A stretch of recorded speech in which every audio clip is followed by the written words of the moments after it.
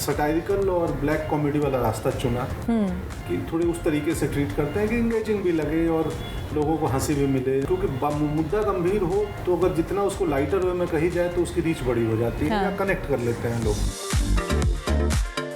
प्रेम मोहब्बत की बातें मेरी पत्नी भी मुझसे करे तो मेरा चेहरा अपने आप लाल हो जाता है। मेरा रोमांस थोड़ा अलग है, वो वैसा रूटीन वाला नहीं है, मतलब फूल देने वाला और आई लव यू बोलने वाला नहीं है। कार्तिक मेरा छोटा भाई है और बहुत प्यारा इंसान है वो। आई थिंक वो इकलौता एक्टर है जिससे मेरी बातचीत भी होती है फ़ोन पे बीच बीच में। तो ये तुलना कोई ऐसे ही फजूल की तुलना है। हाय, मैं हूं पंकज त्रिपाठी और मेरी पूरी बातचीत को देखने के लिए आप मिर्ची ऐप डाउनलोड कर सकते हैं। Thank you. Hi, this is Samina Sheikh here, and with me today I have the very dapper and very intelligent Pankaj Tripathi. Welcoming him on Mirchi. मैंने intelligent इसके लिए बोला because आप जैसे subjects select कर रहे हो in terms of your films, वो काफ़ी शेर दिल है, I must say that. And talking about this film, शेर दिल, आपको क्या बोलना है? ये शेर दिल है, शेर दिल है, क्या है exactly the word? शेर दिल है। हाँ, शेर दिल। और ये उस शेर दिल व्यक्ति की कहानी है जो अपने समाज के लिए कुछ ऐसा कदम उठाते हैं जो उन्हें शेर दिल बनाता है। वो कॉमन आदमी है, पावरलेस आदमी है, उनके प्रेजेंस को उनको नोटिस करना मुश्किल है एक सिंपल वातावरण में।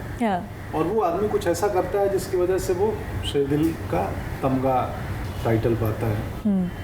सो उसकी कहानी है, ये आदमी और जंगल और जानवर के बीच के रिश्तों की कहानी है, बट इंटरटेनमेंट और सटायर और ह्यूमर की कोटिंग है, क्योंकि ये सब्जेक्ट सीरियस भी हो सकता था, क्योंकि सब्जेक्ट तो सीरियस ही है। उसको प्रेजेंट करने के लिए सृजित मुखर्जी जो डायरेक्टर हैं, उन्होंने थोड़ा सटायरिकल और ब्लैक कॉमेडी वाला रास्ता चुना कि थोड़े उस तरीके से ट्रीट करते हैं कि इंगेजिंग भी लगे और लोगों को हंसी भी मिले, और क्योंकि मुद्दा गंभीर हो तो अगर जितना उसको लाइटर वे में कही जाए तो उसकी रीच बड़ी हो जाती है, या कनेक्ट कर लेते हैं लोग। क्योंकि ज़िंदगी में तो इतनी गंभीरता है, तो सिनेमा में भी क्यों इतनी गंभीरता लाएं। बट ये सब्जेक्ट गंभीर है, डील किया गया है वैसे। पर वही इस फिल्म में the way it has been portrayed, the importance of having that amount in your life और दैट दैट मनी, कि भले वो छोटा ही अमाउंट हो या उसके लिए कुछ भी करना हो, वो कुछ हद तक का भी जा सकता है। फिर चाहे वो ऐसा प्रेजेंट करना हो कि चलो मैं इस वजह से मर जाता हूँ, या मैं ऐसे करता हूँ तो मेरी फैमिली को मैं इस तरीके से करूँगा। और ऐसे हमने बहुत सारे केसेस देखे हैं with in are surroundings also, or even like if we read on social media also. Have you come across such an incident in your life ever? नहीं, मैं नहीं। मैं भी जब सुजीत ने मुझे पेपर की कटिंग ही बताई थी इस घटना की, कि एक ऐसा पीलीभीत में हुआ था, इसके ऊपर मैं बनाना चाहता हूँ। एंड आई एम श्योर, अब मुझे तो यकीन नहीं हुआ कि ऐसे कोई कैसे कर सकता है, और बहुत सारे लोगों को यकीन नहीं होगा। तो यकीन दिलाने के लिए, बिलीवेबल बनाने के लिए हमें उसमें कुछ एलिमेंट डालने पड़े कि लोग यकीन कर लें कि हाँ ये ऐसा हुआ होगा, वरना ऐसी घटना है कि किसी को भरोसा ना हो। तो सृजित दा ने स्क्रिप्ट में इसीलिए इंस्पायर्ड बाई है टू इवेंट, तो उन्होंने स्क्रीन प्ले में थोड़ा घुमाव करके और वैसा बनाया। बट यस, मेरी ज़िंदगी में ऐसा कभी नहीं हुआ है। Pankaj ji, you have been in this industry for so long, okay, and you have done so many roles in the past. Now when a role like the Kawa Biryani one also, which comes into portrayal, and people say that अरे के साथ में जो बंदा है वो तो देखा हुआ है, and then you are like Pankaj ji है. There are such roles where you have played such roles and it suddenly get noticed. How does that feel? Especially this one precisely, to be very honest. जी, अब वहाँ अच्छा लगता है। उसमें आवाज़ भी मेरी नहीं थी कौवा बिरयानी में, डबिंग भी किसी और ने की थी। तो मुझे यही लगा कि आप सिंसियरिटी से अपनी जर्नी में, अपने क्राफ्ट में, काम में लगे रहो तो एक वॉइसलेस की भी वॉइस एक दिन पहचान बनती है। और अब मुझे लोग मेरे सिर्फ संवाद से, ऑडियो से भी पहचान लेते हैं। तो वही जर्नी है, एक अननोन वॉइस से एक नोन वॉइस बनने की, यही लाइफ है। Do you also see that change around you right now in terms of how people appreciate your work? हाँ, यस बिल्कुल। पहले लोग उतना नहीं जानते थे, उतना काम भी नहीं आया था कि कोई अप्रिशिएट करे। अभी मुझे उसका एक नमूना थोड़ा सा आईफा में देखने को मिला, जिस किस्म से क्लैपिंग और स्टैंडिंग ओवेशन लोगों ने दी। मैं स्पीचलेस था, और इतना स्पीचलेस था कि मैंने स्पीच भी नहीं दी तो अवार्ड मिलने पे। तो बदला है, काफ़ी कुछ बदला है। पहले मैं फिल्मों के पीछे भागता था, कहाँ से फिल्म मिल जाए। अब फिल्में, कहानियाँ, ये नहीं कहूँगा कि मेरे पीछे भागती हैं, लेकिन मुझे काफ़ी ऑफर्स आते रहते हैं। और चूँकि एक आदमी हूँ, समय भी फिक्स है, तो कितना करूँगा, तो जितना संभव है कर रहा हूँ। एंड अगेन मेरे लिए भी बोरिंग ना हो जाए, बर्नआउट की स्थिति ना आ जाए, तो थोड़ी सी स्पीड को स्लो कर रहा हूँ, क्योंकि टू मच का हो गया था। तो अब 1-2 महीने बाद से थोड़ा कम काम करूँगा।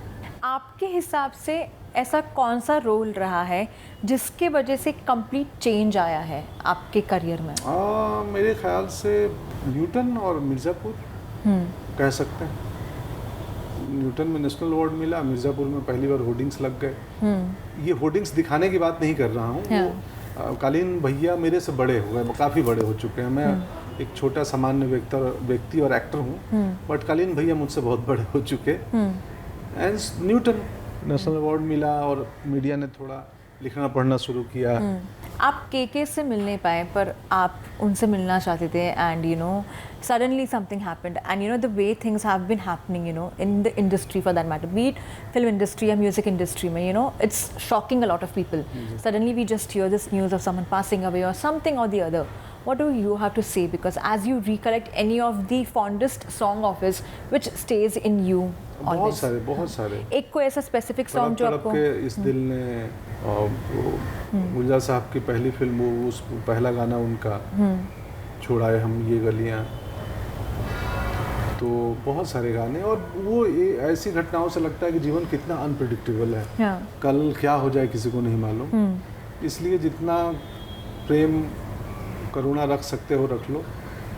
तो मैं मिल नहीं पाया, लेकिन उनकी कलाकार के साथ एक सहूलियत है कि उसकी आवाज़, उसकी यादें, उसका काम सदियों तक रहता है। और वो के सर भले हमारे बीच नहीं है, लेकिन उनके गाने तो रहेंगे और वो कई पीढ़ियाँ सुनेंगे।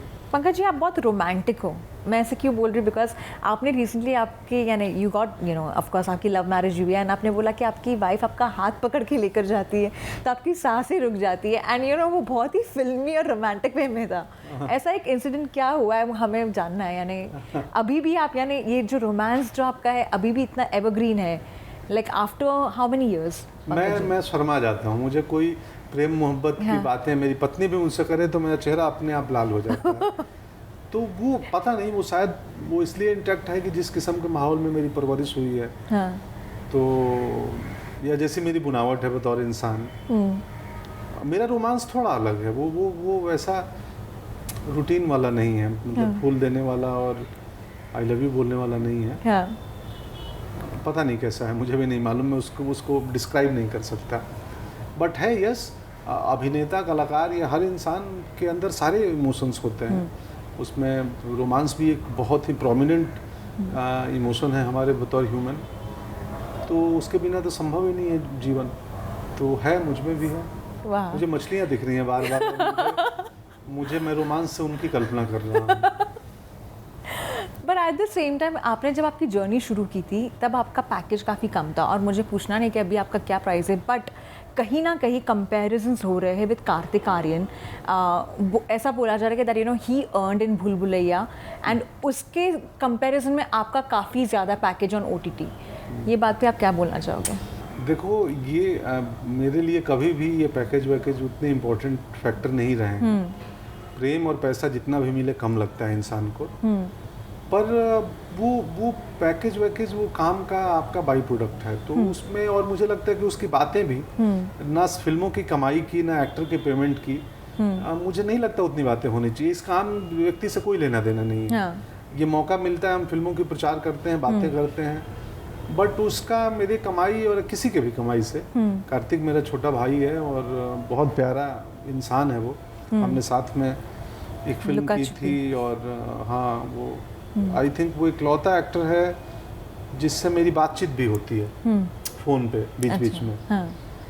तो ये तुलना कोई ऐसे ही फजूल की तुलना है, वो इम्पोर्टेंट नहीं है। हम सब अच्छा काम करें और फिल्में बनती रहें, अच्छी अच्छी कहानियाँ आए, ताकि दर्शकों को अच्छा सब्जेक्ट देखने को मिले, इतना काफ़ी है। But Pankaj ji, before letting you go also, I really want to ask you this also, that you know you have made your a different image through OTT platforms, and you also said recently कि 47 years back अगर OTT आ जाता तो शायद से आपका career काफ़ी different होता, but right now how contented are you the way it is going for you? Very much. मैं पहले भी संतुष्ट आदमी था, बट अभी इन टर्म्स ऑफ कैरियर ठीक है, अच्छा है, लोग पसंद कर रहे हैं, ग्लोबली हमारी कहानियाँ देखी जा रही है, एंड मुझे मौके बहुत मिल रहे हैं। मैंने इतने मौके मिलेंगे इसकी कल्पना नहीं की थी, एंड ऑफ कोर्स OTT अगर आज से 20 साल पहले होता तो शायद ये स्थिति पहले आ जाती। तो मुझे OTT ने एक फ्रीडम तो दी है एक्टर्स को, स्टोरी टेलर्स को अपनी बात कहने की, परफॉर्मेंस दिखाने की, और वो ग्लोबली रीच है उनका। सो सिर्फ हमारे देश में ही नहीं, दुनिया के हर कोने में देखी जाती है, और वहाँ चाहने वाले मौजूद हैं, और हमसे बड़े किरदार होते हैं, कैरेक्टर्स जो हमने OTT पे किया है, माधव मिश्रा हो, कालीन भैया हो, अभी एक और नया शो करूँगा मैं कुछ दिन बाद अमेज़ॉन का, मतलब आएगा राज DK का, वो भी बहुत इंटरेस्टिंग है, अलग है। So yes of course OTT पहले होता तो मैं इंटरव्यू पहले देने लगता, बहुत साल पहले। इसके बाद में आप कौन से प्रोजेक्ट्स पे काम कर रहे हो? अभी फुकरे चल रही है, कल से वापस शूटिंग है फुकरे 3, और उसके बाद मैं एक नई फिल्म करूँगा जिसका अनाउंसमेंट अभी हुआ नहीं है, कहानी पढ़ ली है, बात लॉक है, तो एक सस्पेंस बना के रखते हैं, सही मौके आने पे उसके बारे में बताएंगे। पर मिर्ज़ापुर 3 भी आ रही है, yes, तो उसके बारे में शूट चालू होगा एक हफ्ते के अंदर। तो कालीन भैया की एंट्री फिर मेरा कॉस्ट्यूम ट्रायल 1-2 दिन में होने वाले हैं। ओह वाओ, घर पे ही होगा, तो वो लोग घर पे आएंगे, ऐसा चल रहा है। आप काफ़ी एक्साइटेड हो? हाँ हूँ क्योंकि कालीन भैया बहुत बड़ा हो चुका है, कल्ट बन चुका है, मेरे कद से बहुत बड़ा, और मजा आएगा। आपको अच्छा लगता है वो? हाँ, वो अच्छा लगता है, क्योंकि ना मैं जीवन में बहुत पावरलेस व्यक्ति हूँ। हाँ। और मेरे मतलब, और मैं अपने जीवन में अथॉरिटी नहीं रखता हूँ किसी भी चीज़ में। जरूरत से ज़्यादा डेमोक्रेटिक आदमी हूँ मैं, हायरार्की को नहीं मानता हूँ, बट कालीन भैया के रोल में वो मेरे लाइफ की बची हुई जो डिजायर तो होती है ना हर आदमी में, वो पावर, वो हायरार्की कालीन भैया की तरफ से मेरे को फील करने का, जीने का मौका मिल जाता है। तो कई बार हम बतौर एक्ट्रेस किरदारों को देते हैं, और कई बार किरदार हमारे कुछ बचे हुए ख्वाब और डिजायर को पूरे कर देते हैं ऑन स्क्रीन परफॉर्मेंस के दरमियान, जो कि मालूम है कि रियल नहीं है, लेकिन मैं पावर प्ले, कालीन भैया मुझे वो पावर वाली जरूरत को महसूस फुलफिल कर लेते हैं, यानी आपको प्रॉपर्ली यानी फुलफिल हो जाता है वो कैरेक्टर। कहीं ना कहीं आपको ऐसे होता है कि कुछ कैरेक्टर्स में आप खुद को देख पाते हो, if you have to like recollect any of the characters. हाँ, which one has that been? हर किरदार में मेरे अपना सिग्नेचर या मेरा अपना कुछ ना कुछ उसमें इन्वेस्टेड होता है।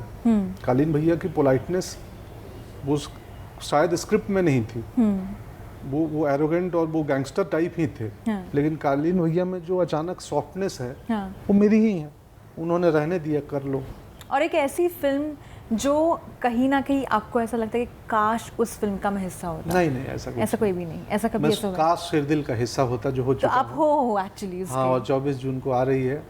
आपके हिसाब से शेरदिल कौन है आपके सराउंडिंग में? It can be an actor, it can be anyone from your family. शेरदिल हिंदुस्तान के या दुनिया के हर पेरेंट्स, माँ बाप मुझे लगते हैं, जो मुश्किल हालात में अपने बच्चों को अच्छी परवरिश दे के उनके बेहतरी के लिए दिन रात काम करते हैं। सो वो सारा हिंदुस्तान का और बाहर के जो पेरेंट्स हैं, माँ बाप हैं, वो सब शेरदिल हैं। वो चाहते हैं कि बच्चे बेहतर आदमी बने, बेहतर प्रोफेशनल बने। और अगर एक्टर्स में से अगर आपको किसी को सिलेक्ट करना हो जो जिसको आपको देख कर लगता है कि बहुत जाबाज है, बहुत ही शेरदिल है, यानी सोचता नहीं है कर लेता है, या सोचती नहीं है कर लेती है, मैं रेफरेंस किसी भी शब्द का और भाव का सिनेमा में नहीं देखता हूँ, एक्टर्स में नहीं देखता हूँ। शेरदिल वो है जिनको हम नहीं जानते हैं। एक व्यक्ति को जानता हूँ जो पोटहोल्स, सड़क के गड्ढे भरते हैं। एक व्यक्ति को जानता हूँ जो पौधे लगाते हैं, और उनके बारे में ज्यादा कदा लिखा भी गया होगा। तो ऐसे लोग मुझे ज़्यादा शेरदिल लगते हैं, जो लो प्रोफाइल रहते हुए सोसाइटी में अपना काम साइलेंटली कर रहे हैं, तो वो मुझे एक्चुअल शेरदिल लगते हैं। That's quite nice to you, and thank you so much for your time and all the very best for your projects.